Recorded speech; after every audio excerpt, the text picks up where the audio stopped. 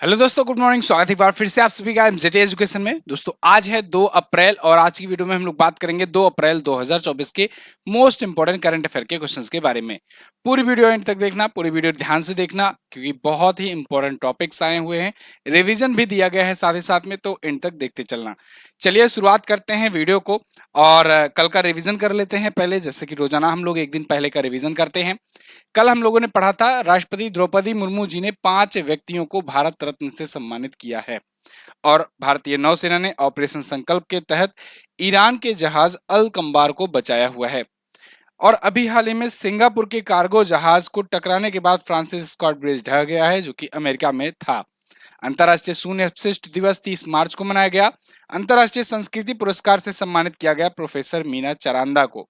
और अभी हाल ही में फोर्स मोटर्स ने घोषणा की है कि ट्रैक्टर कारोबार ये बंद कर देंगे। BWF यानी कि बैडमिंटन वर्ल्ड फेडरेशन की विश्व रैंकिंग में 10 हफ्तों तक शीर्ष पर रहने वाली पहली भारतीय जोड़ी बन गई है सात्विक साईराज रंकीरेड्डी और चिराग शेट्टी की। दुनिया के सबसे बड़े तांबा विनिर्माण संयंत्र का शुभारंभ गुजरात में किया गया है अडानी के ग्रुप के द्वारा। अंतर्राष्ट्रीय बाजरा का वर्ष 2023 का समापन समारोह हुआ रोम, इटली में। ये टॉप 9 करंट अफेयर के क्वेश्चन थे। कल 10 क्वेश्चन नहीं थे, केवल 9 क्वेश्चन ही हम लोगों ने पढ़ा था। कल की वीडियो से 1 मिनट में आपने कर लिया है इसका रिवीजन। अब बात करेंगे आज की करंट अफेयर की, लेकिन इसकी क्विज और पीडीएफ आपको एमजेटी ऐप पर दी जाती है, तो आप इसका जरूर लाभ उठाएं। और कल मंथली करंट अफेयर की वीडियो आ चुकी है। 1 तारीख से लेकर के 31 तारीख तक का एक ही सिंगल पार्ट में वीडियो दिया गया है। लाइव वाले सेक्शन में जाना, चैनल पर जाकर के आपको वो क्लास मिलेगी। शुरुआत करते हैं।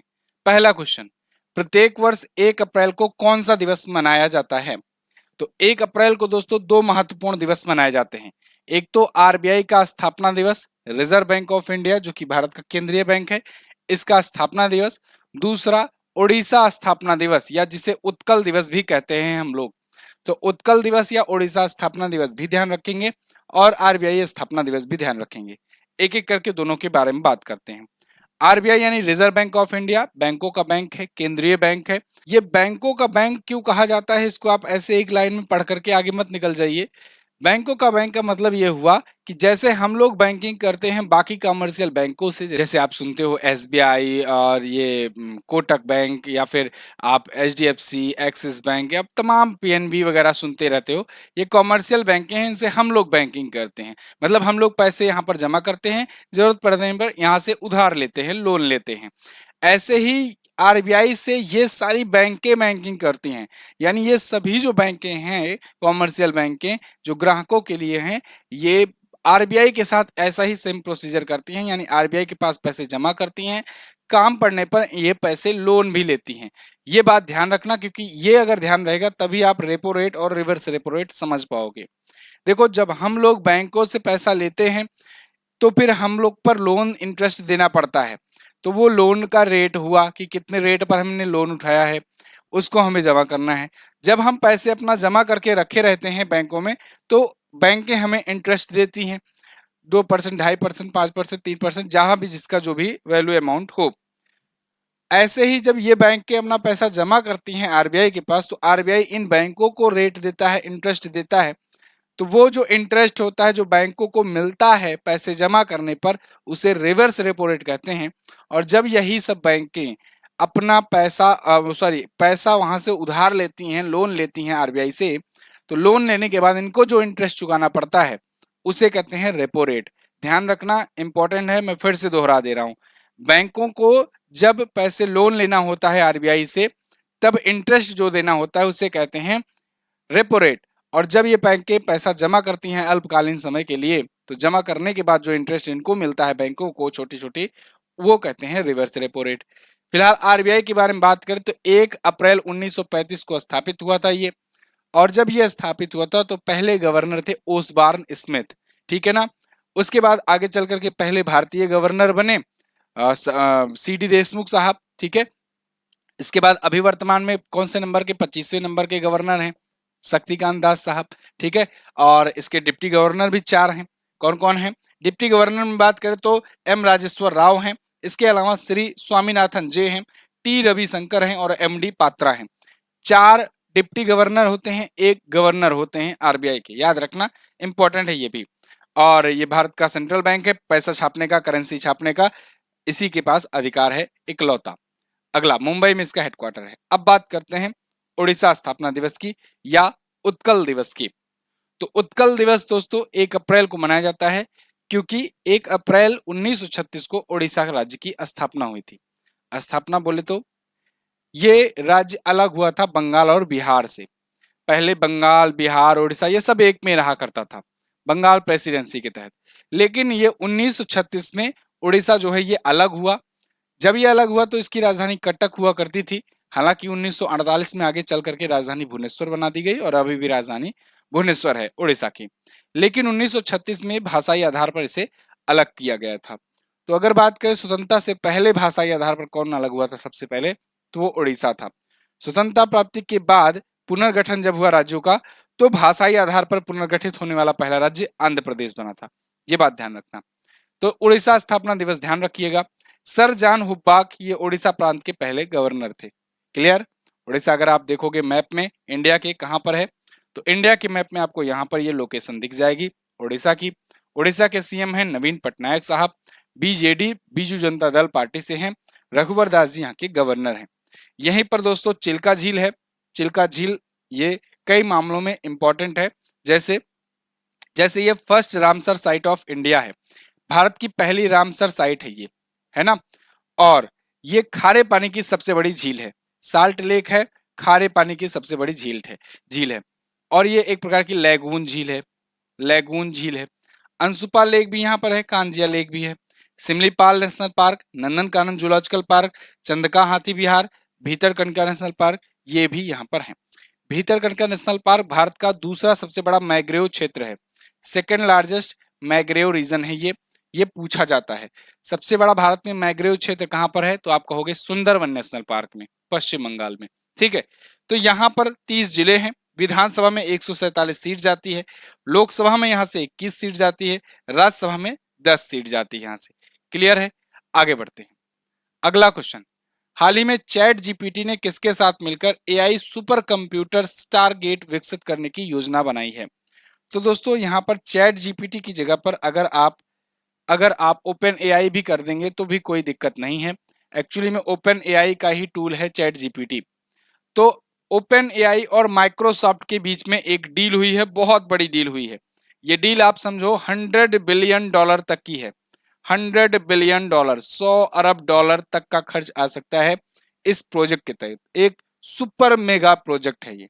और ये किसके लिए है, artificial intelligence based super computer बनाने के लिए। इस सुपर कंप्यूटर का नाम होगा स्टारगेट। तो माइक्रोसॉफ्ट यहां पर बहुत बड़ा इन्वेस्टमेंट करने जा रहा है ओपन एआई के साथ मिलकर के।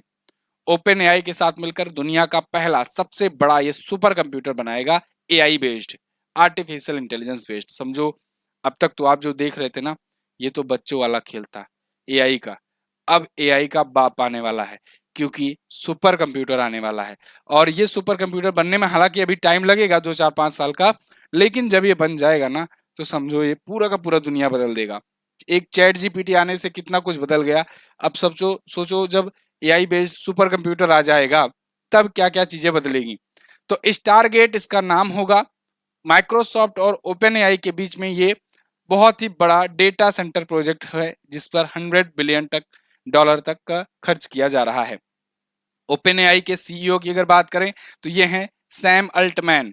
सैम अल्टमैन, ठीक है ना, ये इसके फाउंडर एंड सीईओ हैं।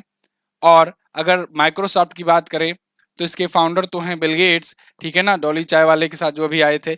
और इसके सीईओ कौन है, सीईओ हैं दोस्तों, कौन है, सत्या नडेला। सत्या नडेला। क्लियर है। आगे यहाँ पर कुछ और एआई बेस्ड टूल हैं जो अभी हाल फिलहाल में लॉन्च किए गए हैं। कल मैंने मंथली करंट अफेयर में भी आपको कई बार रिवाइज करवाया है, तो आपको याद भी हो गया होगा। नहीं याद हुआ है तो कल के मंथली करंट अफेयर जरूर देख लेना। देखो, पहली एआई बेस्ड फिल्म इराह आई हुई है। और एआई सॉफ्टवेयर इंजीनियर डेविन, ये पहला है, कॉग्निशन ने इसे लॉन्च किया है। सीमा एआई बेस्ड एक गेमर है, ठीक है ना। सीमा पबजी खेल करके वहां आई थी और यहाँ पर गेम भी बना दिया गूगल ने, गूगल डीप माइंड ने सीमा नाम से ही गेम बना दिया खुद का। देश का पहला एआई सुपर क्लाउड जो है न्यू क्लाउड ने लॉन्च किया। केरल में पहली एआई शिक्षक लॉन्च हुई भारत की। एआई जिनी गूगल ने लॉन्च किया है। और एआई न्यूज एंकर लिसा उड़िया टीवी ने लॉन्च किया था। रिलायंस इंडस्ट्रीज ने एआई चैटबॉट लॉन्च किया अपना हनुमान नाम से। ठीक है, चलिए एआई मतलब तो समझ रहे हो ना बालकों, एआई मतलब आर्टिफिशियल इंटेलिजेंस, कृत्रिम बुद्धिमत्ता। ठीक है, अगला क्वेश्चन, हाल ही में टी20 क्रिकेट में विकेट के पीछे 300 शिकार पूरा करने वाले दुनिया के पहले विकेट कीपर कौन बन गए? कौन बन सकता है? महेंद्र सिंह धोनी। ये टी20 क्रिकेट में विकेट के पीछे 300 विकेट्स अपना कंप्लीट किए हैं, 300 शिकार अपना कंप्लीट किए हैं। ऐसा करने वाले टी20 क्रिकेट में ये बन गए हैं पहले खिलाड़ी दुनिया के। टी20 इसलिए बार बार जोर दिया जा रहा है क्योंकि टी20 बहुत पुराना इवेंट नहीं है। टी20 2007-8 से ही शुरू हुआ है और उसके बाद से इसलिए पुराने खिलाड़ी इसमें ज्यादा बचे नहीं हैं। अभी जो सबसे सीनियर खिलाड़ी आपके सामने दिख रहे हैं, सबसे बुजुर्ग खिलाड़ी, वो हैं महेंद्र सिंह धोनी। तो और भाई परफॉर्मेंस में भी कोई कमी नहीं आई है, तो इसलिए ये टॉप पर बने हुए हैं। 300 शिकार अभी इन्होंने पूरा कर लिया है। और ये दिल्ली कैपिटल्स के खिलाफ जो मैच हुआ था ना अभी, उसी में बना था रिकॉर्ड। अभी के टाइम पर अगर बात करें टी20 में, तो देखो टॉप पर ये चल रहे हैं। दूसरे पर कामरान अकमल है पाकिस्तान के, लेकिन ये रिटायर हो चुके हैं, कोई मतलब नहीं है। थर्ड पर दिनेश कार्तिक हैं, ये पहुंच सकते हैं, संभावना है। क्विंटन डिकाक, ये भी संभावना है। जॉस बटलर की संभावना, बहुत पीछे हैं ये अभी फिलहाल। तो एम एस धोनी। अच्छा, एक और रिकॉर्ड बना था, ये टी20 में 7,000 रन बनाने वाले पहले भारतीय विकेट कीपर भी बन गए हैं। ये भी एक रिकॉर्ड है इनका। ठीक है, अगला, हाल ही में किस राज्य के रेगनाई पचरा कपड़ा और त्रिपुरेश्वरी मंदिर के पेड़ा, इसको जीआई टैग दिया गया? जैसे पेड़ा बोलते हैं ना हम लोग यूपी बिहार में, ऐसे ही वहां पर पेड़ा बोला जाता है। ये त्रिपुरेश्वरी मंदिर का पेड़ा है और त्रिपुरा राज्य की ही रिगनाइज पचरा कपड़ा, इन दोनों को जीआई टैग दिया गया है। तो देखो नाम यहीं से अगर आप थोड़ा सा हिंट लगाओगे, दिमाग लगाओगे तो मिल जाएगा। त्रिपुरा राज्य का ये दोनों प्रोडक्ट है जिसको अभी जीआई टैग दिया गया है। जीआई टैग यानी जियोग्राफिकल इंडिकेशन टैग, ये किसी की प्रोडक्ट की किसी रीजनल क्षेत्र में जो प्रोडक्ट है जो वहां पर प्रसिद्ध है, उसको ग्लोबल मार्केट में लाने के लिए, ग्लोबल ब्रांडिंग करने के लिए दिया जाता है। 10 साल के लिए वैलिडिटी होती है इसकी। तो जीआई टैग अभी यहाँ पर दिया गया है। त्रिपुरेश्वरी मंदिर जो है वो त्रिपुरा में है और वहां के पेड़ा को, और साथ ही साथ में वहां की स्वदेशी महिलाओं की पारंपरिक पोशाक जो है रेगनाई पचरा, इन दोनों को दिया गया है जीआई टैग।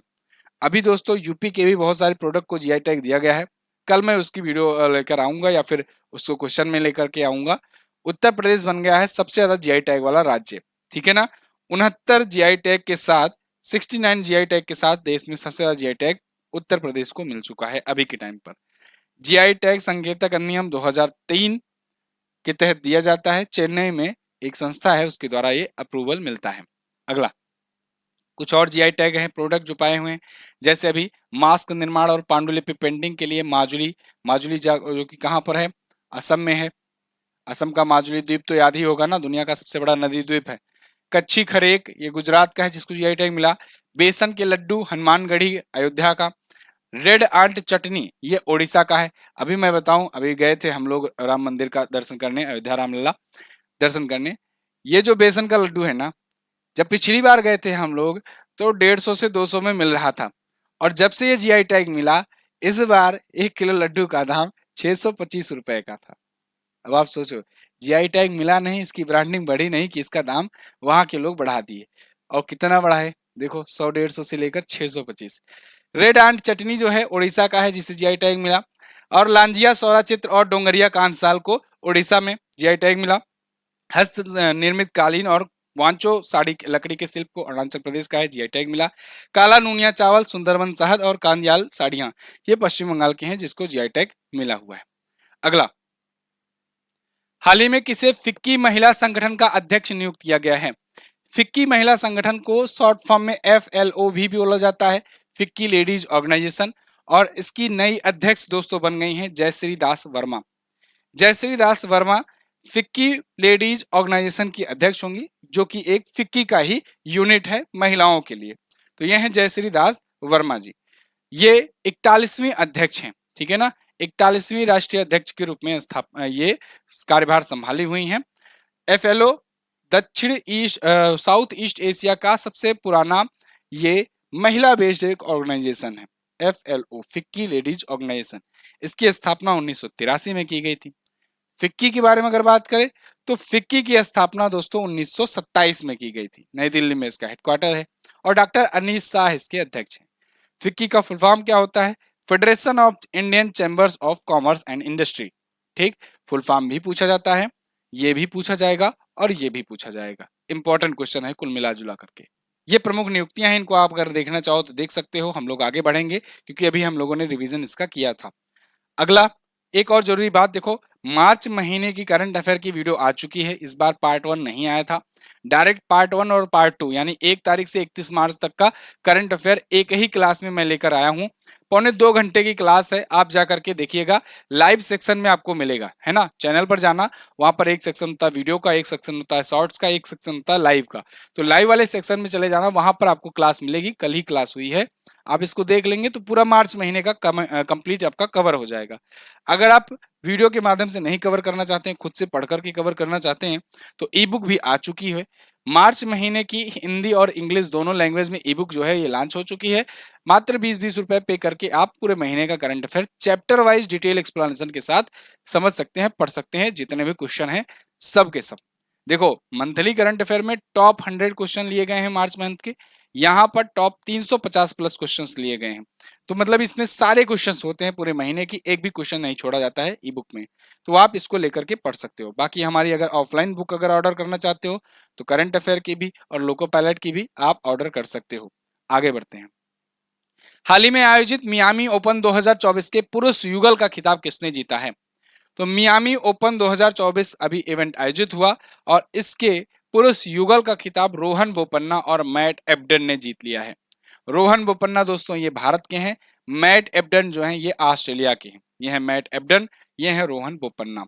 जबरदस्त खिलाड़ी हैं, काफी बुजुर्ग हो चुके हैं, लेकिन देखो खिताब पर खिताब जीते जा रहे हैं। इस सीजन में ही अभी तक चौथा महीना अभी शुरू हुआ है ना, ये 2 खिताब जीत चुके हैं, ठीक है ना। तो इससे पहले इन्होंने अभी ऑस्ट्रेलियन ओपन जीता था और अब जीत चुके हैं मियामी ओपन। किसको हराया? इवान डोडिग और ऑस्टिन क्रॉजिसेक को हरा करके इन्होंने जीता हुआ है।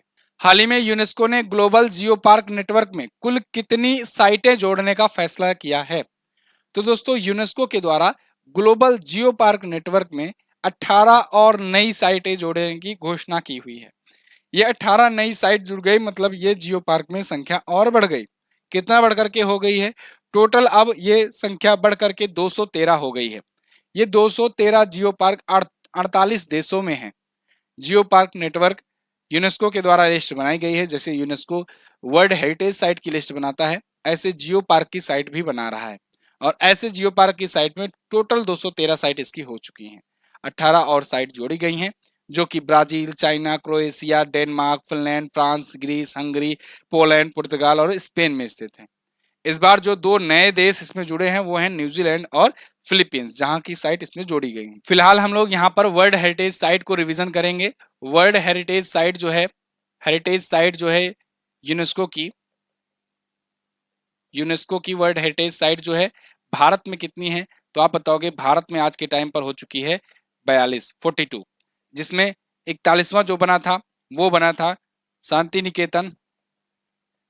निकेतन और 42वां जो बना था वो बना था होयसला मंदिर। शांति निकेतन दोस्तों है पश्चिम बंगाल में और होयसला मंदिर जो है ये कर्नाटक में है। ध्यान रखना, ये पूछा जाएगा आपसे, होयसला मंदिर, ठीक है ना। तो 42 वर्ल्ड हेरिटेज साइट है इंडिया में। पहली वर्ल्ड हेरिटेज साइट के रूप में किसे शामिल किया गया था? तो 1983 में 4 को सबसे पहले शामिल किया गया था। आगरा का किला और आगरा का ताजमहल और अजंता की गुफा और एलोरा की गुफा, ठीक है, याद रखना। यूनेस्को के बारे में बेसिक चीज अगर बात करें, United Nation Educational Scientific and Cultural Organization, स्थापना 1945 में हुई थी और हेडक्वार्टर इसका पेरिस में है और अध्यक्ष इसके कौन है? आंद्रे अजोले इसके अध्यक्ष हैं, ठीक है, कोई दिक्कत नहीं होनी चाहिए। आगे बढ़ते हैं। हाल ही में भारत का पहला त्रिसेवा सामान्य रक्षा स्टेशन किस शहर में बनाए जाने की घोषणा हुई है? तो दोस्तों भारत में पहला त्रिसेवा सामान्य रक्षा स्टेशन ये मुंबई में बनाए जाने की घोषणा हुई है। लगभग तैयारियां हो चुकी है। देखिए यहाँ पर plans underway to make Mumbai first tri service command defence station. ये मुंबई में क्यों बनाया जा रहा है समझिए। पहले तो ये command station tri services command station है क्या, इसको समझिए।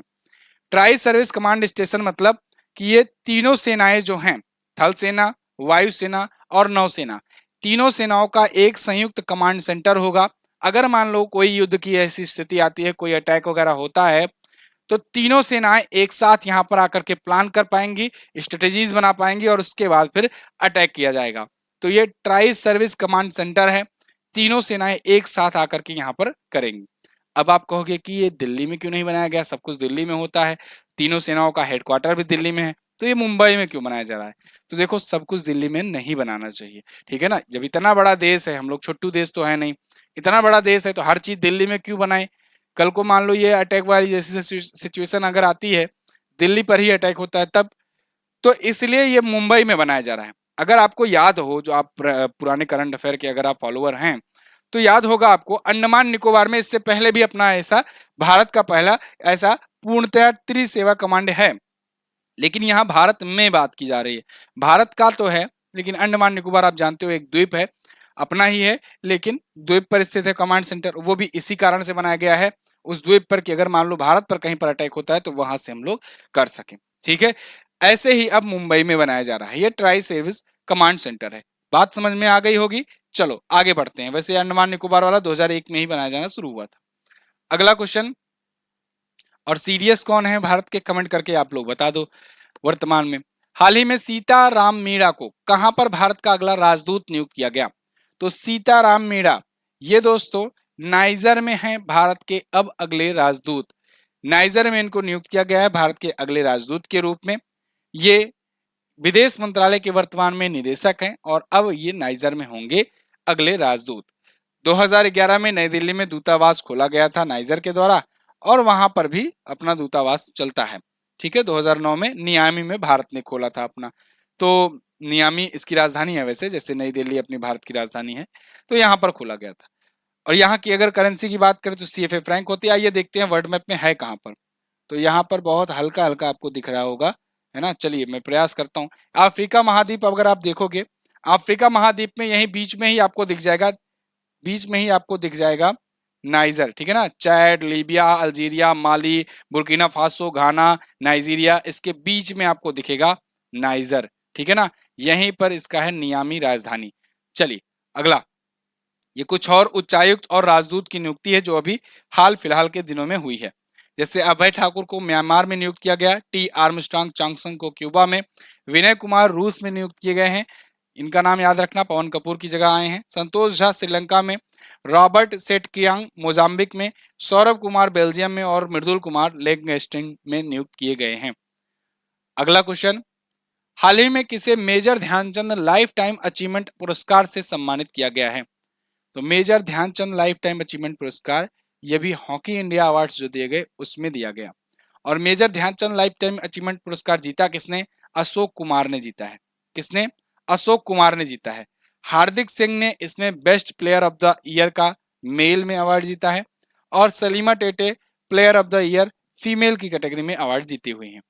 तो यहाँ पर देखो, hockey India gives me the biggest surprise, Ashok Kumar ने ये कहा हुआ है कि हमको बहुत बड़ा सरप्राइज देकर चौंका दिया है। तो प्लेयर ऑफ द ईयर हार्दिक सिंह याद रखना, player of the year female में सलीमा टेटे, और अशोक कुमार को ये लाइफ टाइम अचीवमेंट अवार्ड। छठा संस्करण था हॉकी इंडिया अवार्ड्स का, जो कि अभी दिया गया। क्लियर है ना। चलिए ये थे टॉप 10 करंट अफेयर के क्वेश्चंस। आई होप आपको वीडियो आई होगी पसंद। अगर पसंद आई है, कम समय में बेहतरीन कंटेंट पाए हुए हो, तो वीडियो को लाइक कर देना। कल मैंने आपसे क्वेश्चन पूछा था, 69वां राष्ट्रीय फिल्म पुरस्कार किस अभिनेता ने सर्वश्रेष्ठ अभिनेता का पुरस्कार जीता। तो अल्लू अर्जुन ने जीता था। और आईपीएल के इतिहास में अब तक सबसे तेज गेंद फेंकने का रिकॉर्ड किसके नाम है, तो शॉन टैट के नाम है, 2011 में इन्होंने फेंका था। आज आपको क्या बताना है, आज आपको बताना है इनमें से कौन सा नेशनल पार्क एशियाई शेरों के लिए प्रसिद्ध है। अच्छा क्वेश्चन है। अब बता दीजिए साथ ही साथ में, एक सींग वाले गैंडों के लिए कौन सा नेशनल पार्क फेमस है, हाथियों के लिए कौन सा नेशनल पार्क फेमस है, सबसे ज्यादा टाइगर्स कहाँ पर पाए जाते हैं, सबसे ज्यादा चीते कहाँ पर पाए जाते हैं, ये सब आप इसी में बता देना, जरूर बताना, ठीक है ना। संयुक्त राष्ट्र खाद्य एवं कृषि संगठन का मुख्यालय कहाँ पर स्थित है, ये भी बता दीजिए।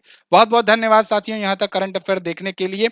अगर आप हमारे ऑफलाइन बुक को ऑर्डर करना चाहते हैं तो करंट अफेयर की भी बुक अवेलेबल है जनवरी से दिसंबर 2023, और ये लोको पायलट और टेक्नीशियन का प्रैक्टिस सेट भी अवेलेबल है ऑफलाइन बुक, ये आप ऑर्डर कर सकते हैं अपने घर तक। बाकी मंथली ई बुक आ चुकी है, मंथली करंट अफेयर की वीडियो भी आ चुकी है, सब कुछ और भी धीरे धीरे आया जाएगा, लाया जाएगा। आप लोग ऐसे प्यार और सपोर्ट अपना बनाए रखिए, वीडियो को लाइक और शेयर करते रहिए। मिलते हैं अगली वीडियो में, तब तक के लिए नमस्कार, जय हिंद, वंदे मातरम।